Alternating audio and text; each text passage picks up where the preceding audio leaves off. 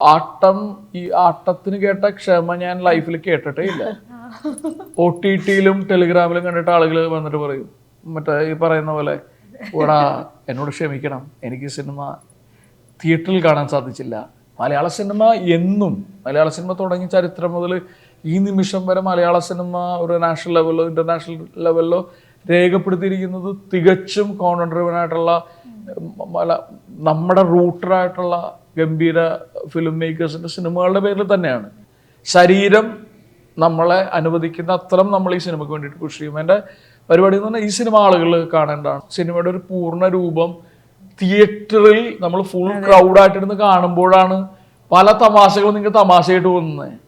മലയാള cinema stand out ചെയ്ത് നിൽക്കുന്നതും ആ ഒരു കണ്ടന്റിന്റെ ആളും അതേ സമയത്ത് സിമ്പിൾ ആവുന്നതുകൊണ്ടും കൂടെ 100%. പക്ഷേ മറ്റേതിനോട് നമുക്ക് വിയോജിപ്പൊന്നുമില്ല. പക്ഷെ ആളുകൾ മുഴുവൻ പറയാൻ 100 കോടി 500 കോടി പരിപാടി നിൽക്കുകയാണ്. മലയാള സിനിമ എന്നും, മലയാള സിനിമ തുടങ്ങിയ ചരിത്രം മുതൽ ഈ നിമിഷം വരെ മലയാള സിനിമ ഒരു നാഷണൽ ലെവലിലോ ഇന്റർനാഷണൽ ലെവലിലോ രേഖപ്പെടുത്തിയിരിക്കുന്നത് തികച്ചും കോണ്ടന്റ് ഡ്രിവൻ ആയിട്ടുള്ള നമ്മുടെ റൂട്ടറായിട്ടുള്ള ഗംഭീര ഫിലിം മേക്കേഴ്സിന്റെ സിനിമകളുടെ പേരിൽ തന്നെയാണ്. എനിക്ക് തോന്നുന്നില്ല അന്ന് ഈ പറയുന്ന പോലെ 500 കോടി അതല്ല സിനിമയുടെ കാറ്റഗറി. ഞാൻ പറഞ്ഞു ഇതൊരു സിനിമ ഒരു ബിസിനസ്സാണ്. ഞാൻ അതിനെ തള്ളിപ്പറയുന്നതല്ല. തീർച്ചയായിട്ടും ഇപ്പോൾ ഈ സിനിമേനെ എടുത്ത് നോക്കിക്കഴിഞ്ഞാൽ ഞാൻ ഈ സിനിമേനെ കുറിച്ച് പറയുന്നതിൻ്റെ അപ്പുറം ഏറ്റവും വലിയ സന്തോഷം നമുക്കുണ്ടാകുന്നത് ഈ സിനിമ നിർമ്മിക്കപ്പെട്ട 3 സാധാരണ പ്രൊഡ്യൂസേഴ്സാണ്. ഇവർ ഇൻഡസ്ട്രിയിലെ വലിയ ബിഗ് ഷോട്ട്സ് ഒന്നുമല്ല. ഇപ്പം സുരാജ് ചേട്ടൻ, ഡിക്സൺ ചേട്ടൻ, മാത്തുക്കുട്ടൻ, ലിനോ ഫിലിപ്പ് എന്ന് പറഞ്ഞാൽ ഇവർ 3 പേരും ഈ സ്ക്രീൻ പ്ലേയുടെ ക്വാളിറ്റി ചെയ്തിട്ട് ഈ സ്ക്രീൻ പ്ലേ സിനിമയാക്കപ്പെടണം എന്ന് പറയുന്നൊരു തോട്ടിൽ ഈ സിനിമ എടുത്ത ആളുകളാണ്. അപ്പം ഞാൻ പറയുന്നത് ഇപ്പോൾ ആളുകൾ നമ്മുടെ പെർഫോമൻസിനെ ഇപ്പോൾ കണ്ട ആളുകൾ അപ്രീഷിയേറ്റ് ചെയ്യുന്നു, മറ്റേ പ്രിയയുടെ പെർഫോമൻസിന്. ഇതൊന്നുമല്ല നമുക്ക് വേണ്ടത്. നമുക്കിത് ഏറ്റവും കൂടുതൽ ആളുകളിലേക്ക് എത്തിക്കുക. ഇന്നിപ്പോൾ രാവിലെ ഞാൻ ഒരു 10-10:30 ആകുമ്പോൾ ഇവിടെ എത്തിയാണ്.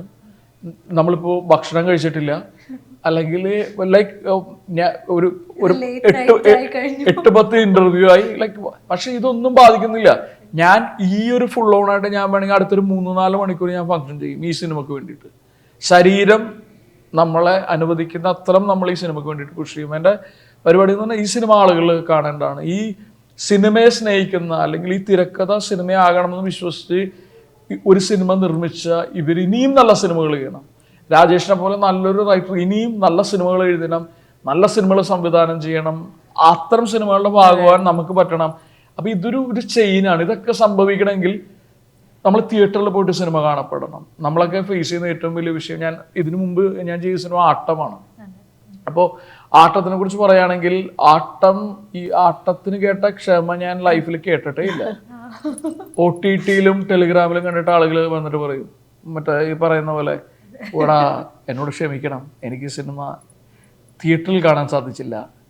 ഒരുപക്ഷെ നമ്മൾ ആ ടൈമിനൊക്കെ അറിയിക്കുകയും വിളിക്കുകയൊക്കെ ചെയ്തിട്ടുണ്ടാവും. അതിലൊന്നും റെസ്പോണ്ട് ചെയ്യാത്ത കുറേ ആളുകളാണ് ഈ പറയുന്നത്. അപ്പം അതല്ല, ഇത് സിനിമയുടെ ഒരു പൂർണ്ണ രൂപം തിയേറ്ററിൽ നമ്മൾ ഫുൾ ക്രൗഡായിട്ടിരുന്ന് കാണുമ്പോഴാണ് പല തമാശകളും നിങ്ങൾക്ക് തമാശയായിട്ട് തോന്നുന്നത്. നമ്മൾ OTT കണ്ടിട്ടുണ്ട്. OTT-യിൽ പല കോമഡി പടമൊന്നും നമ്മൾ നമുക്ക് സഹിക്കാൻ പറ്റില്ല. ഒരുപക്ഷെ നമ്മൾ തിയേറ്ററിൽ നിന്നിട്ട് ഈ ക്രൗഡിൻ്റെ ഇടയിൽ കാണുമ്പോൾ ഒരു ചെറിയ കോമഡി ആളുകളൊക്കെ ചിരിക്കുന്നത് നമ്മൾ ഓട്ടോമാറ്റിക്കലി ചിരിച്ചു പോകും. അപ്പൊ സിനിമ സംസ്കാരം അതാണ്.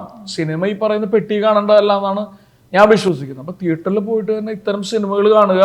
മലയാളത്തിൻ്റെ ഒരു സംസ്കാരം ഉണ്ടല്ലോ, കോണ്ടന്റ് ഡ്രിവൻ. ഇത്തരം സിനിമകൾ ഇവിടെ വേണം. ഞാൻ മറ്റേ 100 കോടി 500 കോടി 1000 കോടി വേണ്ടെന്നല്ല പറയുന്നത്. ഇത്തരം സിനിമകളെ സർവൈവ് ചെയ്യണം. ഇത്തരം സിനിമകൾക്ക് സ്പേസ് ഉണ്ടാവണം. സത്യസന്ധമായിട്ടുള്ള റൂട്ടഡായിട്ടുള്ള സിനിമകൾ മലയാളത്തിൽ വേണം.